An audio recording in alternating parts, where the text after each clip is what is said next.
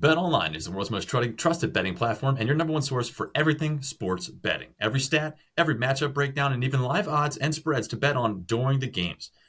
With the largest catalog of odds on everything football, MLB playoffs, NHL, NBA, and even political props. When the game's over, head on over to the online casino. You can get in on the over 150 slot games or even a game of blackjack, maybe even a game of poker. But head over to the website today to get in on the action with America's most trusted site for an online wagering. Bet online. The game starts here. Welcome, everyone. It is the Fly Guys podcast. Justin Goddard alongside Cameron Klein. It's take two, Cameron. It is a take two situation because a couple of things. A, Vermont is a beautiful state, but perhaps the Wi-Fi wasn't as crystal as maybe you had hoped for. But also, B, I just think that, we needed a bit of a refresher, maybe an extra day to get it done. I was a little stressed going into that game yesterday with the Eagles and the Browns. And, yeah, man, can you tell the crowd? Did I not say exactly what was going to happen? It's one of the shameful things. I want to pull it up. I'm going to try to find a way to get it out because you were great. I think everything that you've recorded for the most part went through. It was mostly my end that didn't for whatever reason. Yeah. But Justin absolutely nailed it. It was. I texted him last night. I was like, that might be your best work yet. He guessed the final score to the point, 20-16. He guessed the frustration. He guessed the Devontae Smith and AJ Brown playing well together. He got Saquon Barkley's carry off by 1. I think you said 17. He ended up with 18 carries on the day. Oh, okay. All right, perfect. So yeah, it was one of your best works. So hats off to you. What can I say? I know Nick Sirianni well. He and I go way, way back. But we're actually going to be – it's going to be an abbreviated episode. Cameron's tired. He got home from Vermont today. So, you know what? We're not going to, torture him too much with the request of having him talk about hockey. We're going to get right into it. First 2 games of the season are done. Flyers have a game tomorrow against the defending Western Conference champion Edmonton Oilers. And the early results show, Cameron, that this is a very similar team to last year. It is a team that can find ways to win, and it is a team that – shouldn't be losing a game they shouldn't be losing a game against a team that they are significantly superior to. That, of course, being against the Calgary Flames. We'll talk about the good. Let's start with the good, Cameron. What is the good? The good is Matvei Michkov looks good. Yeah. Luchenko showed us something. Travis Konechny still scoring shorthanded goals. Yes. And also we can talk about the fact that the power play does look more improved. There's more movement. There seems to be more attempts. Yeah. And the penalty kill, I know that they didn't look phenomenal against the Calgary Flames, but you have to remember that was a 5-on-3 and a 4-on-3 in which those situations were scored upon against them. Yep. So it's kind of hard to hold that against them. In 5-on-4 situations, penalty kill still looks pretty good. So that's what's the good. What's the unknown? Right. Because I'm not going to say bad. I really don't want to say bad because it's 2 games, so I'm not going to say bad. But here's what the unknown is going to be. Firstly, and I do think that it is the one thing that I've been thinking about more and more since we recorded yesterday and even after the Calgary game. The backup goalie situation is most certainly, Cameron, not secure. Wouldn't you agree with that? 100%. I mean, we listen, Sam Ersson was kind of thrown into the starting position. He did really well with it last year, got a little burnt out. But it is a major concern because, like we said a couple episodes ago, we don't want him playing 50 to 60 games a season like he did last year. So you got to have a solid tandem. You got to have somebody as a solid backup option.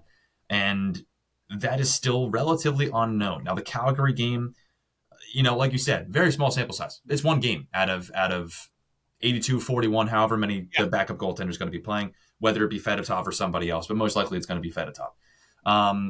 The first goal was a little fluky, right? So maybe he gets off a bad rhythm. The second goal, my opinion, he's a little out of position. I would have liked to have been a little bit more in position for that one. And then I think it quickly just kind of went off the rails.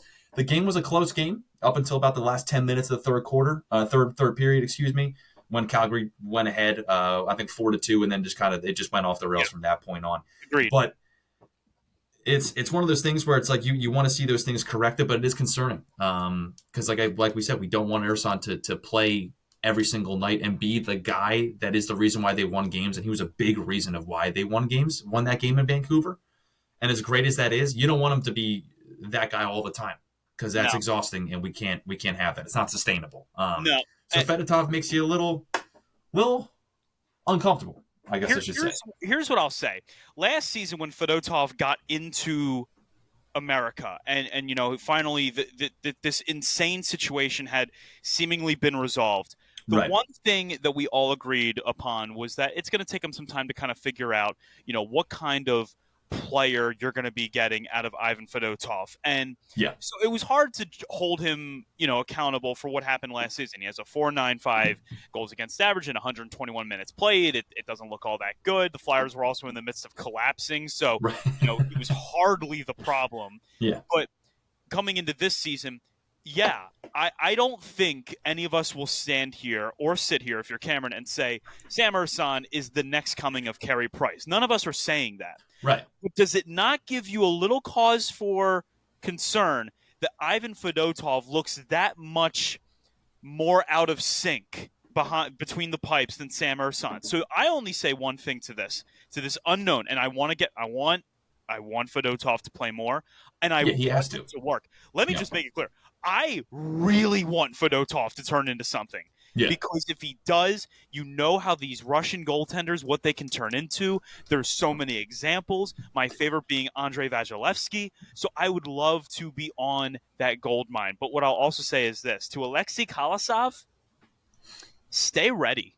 Because there is a chance that this guy isn't going to cut it for John Tortorella. And you might get the call one night. And this 23-year-old who obviously was not happy with his standing within the Flyers organization, with just a little bit of, circumstance, can find himself very much as a part of the team that maybe he more saw himself as when he came over to North America last year. So that's one of the unknowns. The other unknown that I also want to get into, and this is going to be hard to truly describe because, again, it's 2 games. The unknown is this team's discipline. A lot of penalties against Vancouver, and you sit there and you go, well, it's Vancouver. They, were probably, they could have gone to the Stanley Cup Finals last year of how well they played. Rick Tocchet has that team playing as well as you could ask. So, it's understandable that they wouldn't have looked their best against Vancouver. A turnover here and there in defensive zone leads to a goal, yada yada. Against Calgary, it's a little less understandable. Yeah. That team is admittedly much worse than Vancouver. And save me the whole, well, they did also beat Vancouver. I understand that. But to look, I would call it just outright worse than the Calgary Flames in the discipline department. Tyson Forrester did the right thing. He goes after a guy who took a shot at Jamie Drysdale. Tyson Forrester got 2, 5, and 10 for that. The Flyers were, I believe, 3 for 5 on the penalty kill against the against the Calgary Flames, which included when they were already down a man, Travis Sanheim taking another penalty to make it a 5-on-3, which led to the 3rd goal of the game for the Flames to make it 3-1. That was after the Flyers had gotten themselves back into the game on a shorthanded goal from Travis Konechny. So I do think that there is something to be said about the discipline. This is not reminiscent of any John Tortorella team that we've seen. Taking 2 to 3 penalties a game happens. Taking 5 each in the first couple games of the season, that is going to have to go away real quick. Yeah, especially considering like that was one of the things that he pointed out right after the game, and that was what I felt watching it. What I did is I just kind of felt like the points. I was like, it's just there are times where I was like, and again, for those wondering, this is a very gross overreaction podcast, right? This is a very this is only 2 games in. Well, we have to talk about something. We're more than excited to get into it because the season's official here and Mishkov's here and all that kind of shit. So for anybody typing in Negadelphian in the comments, just hold off for like half a second. But John Tortorella addressed that. And that's what to me was the most concerning part, is that right after the Vancouver game, he talks about how the penalty kill didn't look as good as it should have been. And they shouldn't have been in those situations to begin with. Like you just said, all that discipline. And to go to the very next game and have the same exact problems be not only as bad but worse, leaves you with a bad taste in your mouth. Now, I will say that does kind of give a little bit of leeway to Fedotov in terms of like, well, they were on the power play a lot, or on the penalty kill a lot of dumb mistakes that were not his fault. The other thing too, it was in a little excuse for both the discipline and him. It was a back-to-back game. It was not even a couple hours after after a game that they landed in Calgary. I think you said they landed around like 3 a.m. on Saturday morning. Tim Saunders on the radio said the Flyers arrived in Calgary at 3:30 in the morning, which is obviously not optimal. So again, like with this small sample size, it happens. You know what I mean? Like it's a lot, and they showed up and they played with a lot of tenacity and grit. So you got to give them credit there, but you got to tone it down a little bit if it's going to be getting you into penalty trouble that much. Let me also say this in defense of Fedotov, because you just mentioned it. There was a lot of penalties, and Fedotov, was obviously facing a lot of shots. He faced 31 shots during the night against the Flames. Mm-hmm. In even strength situations, he allowed 3 goals on, I think it was around 23 shots or something like that. It was like 3 goals, so he was 20 for 23, and then obviously he allowed 2 power play goals. So, probably didn't give him a chance to settle in. I would also counter that by saying, Sam Ersson kind of had to stand on his head in the first period against the Vancouver Canucks. Yeah, and that's true. Maybe this is all just to say that Sam Ersson is a clear-cut number 1 goaltender, which at this point, after what the Flyers fans and what this Flyers organization has been through with goalies over the last 25, 30 years, I'll also say this. I don't really care who establishes himself as the number 1. Exactly. I was going to say, it's not a bad thing. Having your number one. Yeah. Knowing who it is and moving forward with that's not a bad thing.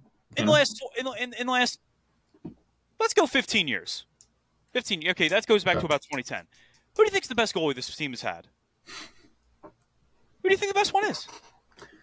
Listen, you could say the 2-time Vezina winner. True. I wasn't going to say that because I'm thinking when this player was with Philadelphia. I'm thinking as well when this player was with Philadelphia. I'm interested to see if you and I have the same answer here. I'm wondering too. Okay, so mine right off the rip. Some people are probably going to laugh. Steve Mason. It was okay. No one should laugh because it was obviously. It had to be right. One of those seasons, I think he ended with like a 9-2. Like that 2014 playoff run. Granted, he only played for about 5 games thanks to Chris Kreider, which is the reason why we didn't win the Stanley Cup that year. It's true. But if he played. He was lights out in that playoff round against the New York Rangers. He was absolutely stellar in the 4 games that he played. If he played that whole series, it might have looked differently. But here's how good Steve Mason was. In 61 games in the 2013-2014 season, he had a 9.1 save percentage and a 2.50 GAA. He was 7th in Vezina voting. The following year, the very next year, 2014-2015, by the way, a season in which the Flyers did not make the playoffs, he was 18, 18, and 11, a 9.28 save percentage, and a goals against average of 2.25. So Steve Mason was by far and away the best goalie the Flyers have had in the last 15 years.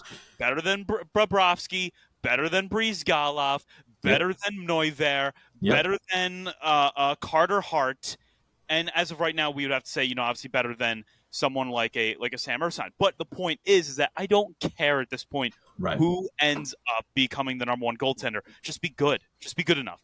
We saw some good stuff out of Sam Ersson. We saw some negative things out of Fedotov. You cannot deny the fact that the Flyers being on the penalty kill 10 times in the first 2 games, currently sitting at 8 for 10 on the penalty kill, that is not a winning recipe. Mm-hmm. So, do they get it fixed tomorrow? They're kind of playing a tough team tomorrow to fix that against because you're going to take some penalties against the best player in the world and one of the best offensive teams in the world. Yeah. Before we get into the game against the Edmonton Oilers, I just want to bring up one more thing from these first 2 games.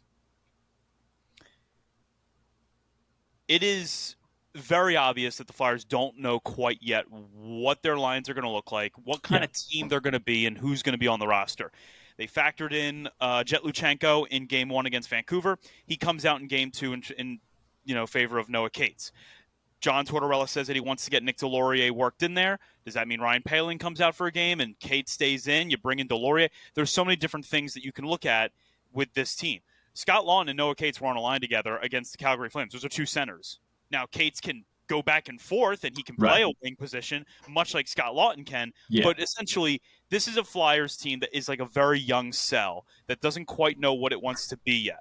Cameron's laughing because he goes, I can't believe he actually went back to the same example he gave yesterday. It works. That's why I'm laughing. I was like, it works. Yeah. But, essentially, I would say that these teams that the Flyers have played, even Calgary, they know what they are. They're a rebuilding team.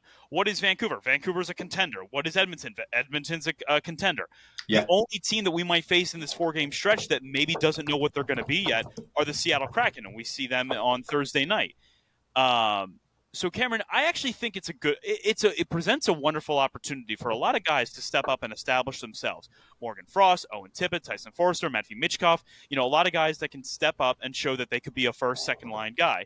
It also provides an opportunity for our bottom depth guys to showcase how valuable they can be, not only to the Flyers, but if a team comes a calling for a Noah Cates, for a Ryan Poehling, they have the opportunity to show how valuable they can be, not only to the Flyers organization, but to another organization out there around trade deadline time.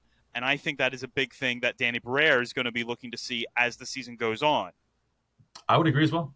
I'm looking up the Edmonton Oilers as well, just trying to get ahead to try to see like what they have done so far. A 5-2 loss to the Chicago Blackhawks, 4-1 loss to Calgary. They lost as well yesterday on Sunday. Who knows? Maybe Calgary is better than what they thought. Calgary is 3-0 now. Yeah. And again, it's early on in the season, dude. They could just be playing well. They could be playing synced up. What happened last season? The Edmonton Oilers suffered a tremendously bad start to their season. Oh, yeah. Their coach gets fired. Oh, yeah. Chris Novak takes over, and then the rest is history. They go all the way to Game 7 of the Stanley Cup Finals. So, is it possible the Flyers are getting the Oilers at the right time? Maybe. It might not be a bad thing to ask for. I wish the game was home. I definitely wish the game was home. Well, yeah. But, ultimately, that is a good point that the Edmonton Oilers are, a team that doesn't start off seasons hot. And even looking further into the pipeline, the Oilers have scored 3 goals. They have allowed 15. Yeah, not great. Against Winnipeg, against the Blackhawks. Again, Winnipeg, we talked before about how they don't really know what they are because they started off as a contender last year and then kind of really completely fell off the rails. Chicago is Chicago right now. They're in the middle of their rebuild. Calgary, like you just mentioned, again, another one that could be possibly in the middle of their rebuild because they don't really know what they want to do with Jonathan Huberdeau. We might be finding the Edmonton Oilers at the right time. But again, I think it also goes to show right there where it's like you said, they had a similar start to their season last year, the Edmonton Oilers, and they went to the Stanley Cup Finals. They did. Deservedly so. It wasn't like they fluked their way in either. So it just goes to show that early on in these seasons, like you could dive into and think so much, put so much time and energy into making your assessment as of right now. But things are going to change. Like you said, it's like a cell. It doesn't know what it wants to be yet, And they're going to have the chance to find out tomorrow. I assume you'll see Sam Ursan back in net. We'll be interested to see, what these lines end up looking like tomorrow. Does Nick Delorier factor in the lineup, or do they decide to go back to, Luchenko to go up against, this Edmonton Oilers team? Do they like Noah Cates back in this spot? Right. There's a bunch of different ways to look at it. Like I said, you're looking at a Flyers team that's still trying to find themselves a little bit. And, this 4-game road trip, if nothing else, you could say at least they're getting the West Coast trip out of the way. So there will be that to look forward to. There you go. That's an optimistic Cameron, viewpoint. I'm going to do something nice for you. Okay. I'm going to do something really nice for you. I think there's not much more to say right now. And so I say that for tomorrow's game, be on the lookout for the young guys once again. Yeah. I also think that let's see some of these, vets step up. Let's see Owen Tippett get his first goal of the season. Let's see, Sean Couturier, establish himself more on the offense. You can come on in. You don't have to just stand at the door. Yeah, we can edit it out. You're fine. You're totally fine. Let's not edit her out. Let's keep her in. So, sorry, that was my girlfriend, Victoria, just walking through. Debut on the show. Fantastic. On the show, yeah. But yeah, I think that for this game tomorrow, getting back to the veterans, I think establishing more of a presence will be big for this team. And I also really would love to see in the house that Connor built, why not see Matthew Michkov notch his first goal as a Philadelphia Flyer? I think that would be cool. That would be a nice pick-me-up. That would be cool. And I think it goes off, like you said, the veterans stepping up as well, especially considering his line mates, Couturier, TK. But TK's already scored 2 goals. My man's already crushing it. But, no, I agree. I want to see that. I want to see the big thing I want to see, win or lose, I want to see more discipline. I don't want to see too many dumb penalties like we've already seen. I want to see some solid penalty kills. Yes. I want to see the power play to continue to improve. It's already looked pretty solid this year. If you want to read a little bit more about that, go ahead, head over to Broad Street Hockey. Thomas Williams just dropped an article entirely about the power play. It seems to have improved so far as he goes and he dives into it. Definitely check it out. But other than that, dude, yeah, I agree. I would love to see Michkov tear it up. I would like to see Luchenko as well. If he does play, take a little bit of better steps, have some better positioning. I kind of feel like in the Vancouver game, one of those goals was a little bit because he let his man go a little bit, but he's 18, so He's 18. it's all good. We can figure that out. But those are the things I would like to see moving forward. But Absolutely. so far so good this early on. Obviously, for Broad Street Hockey, we also talk a lot over there. Jason McNeil talks about, the Flames Flyers game, just kind of recapping that. Well, we talked a little bit about this morning. And also, of course, that we had the Monday morning flyby, first of many. We got many games to talk about. We have so much to cover throughout the season. Be with us as this season goes along. You'll be hearing from Cameron and I a lot more as these games go through. We'll recap them. We'll talk to you about what we liked. We'll talk to you about what we didn't like. Thing to watch for tomorrow, if you're interested to know just what this Edmonton team is like. There are two goalies. Cal Pickard, our old friend, started one game this season. He stopped 21 on 27 shots, and then Stuart Skinner, who was their hero in the playoffs. Yep. 0-2 so far with a 5.40 GAA, a save percentage of 8.805. He has stopped 33 shots on 41 attempts. I think the moral of the story for tomorrow's game is get offensive pressure going. Do not be one and done like you were against Vancouver and Calgary. Yes. Sustain pressure. Get out of Canada with a win. That's what I say. Yeah, the pressure was there in Calgary. That part was good. That part we liked. Keep that up. It got better as the game went along. Yeah, keep that up. And so, for the Fly Guys podcast, my name is Justin Goodhart. This has been Cameron Klein on an abbreviated episode. As always, the Fly Guys podcast is presented by Bet Online. Be happy, be healthy. Wish Cameron some well rest from his long trip from Vermont. And as always, let's go Flyers.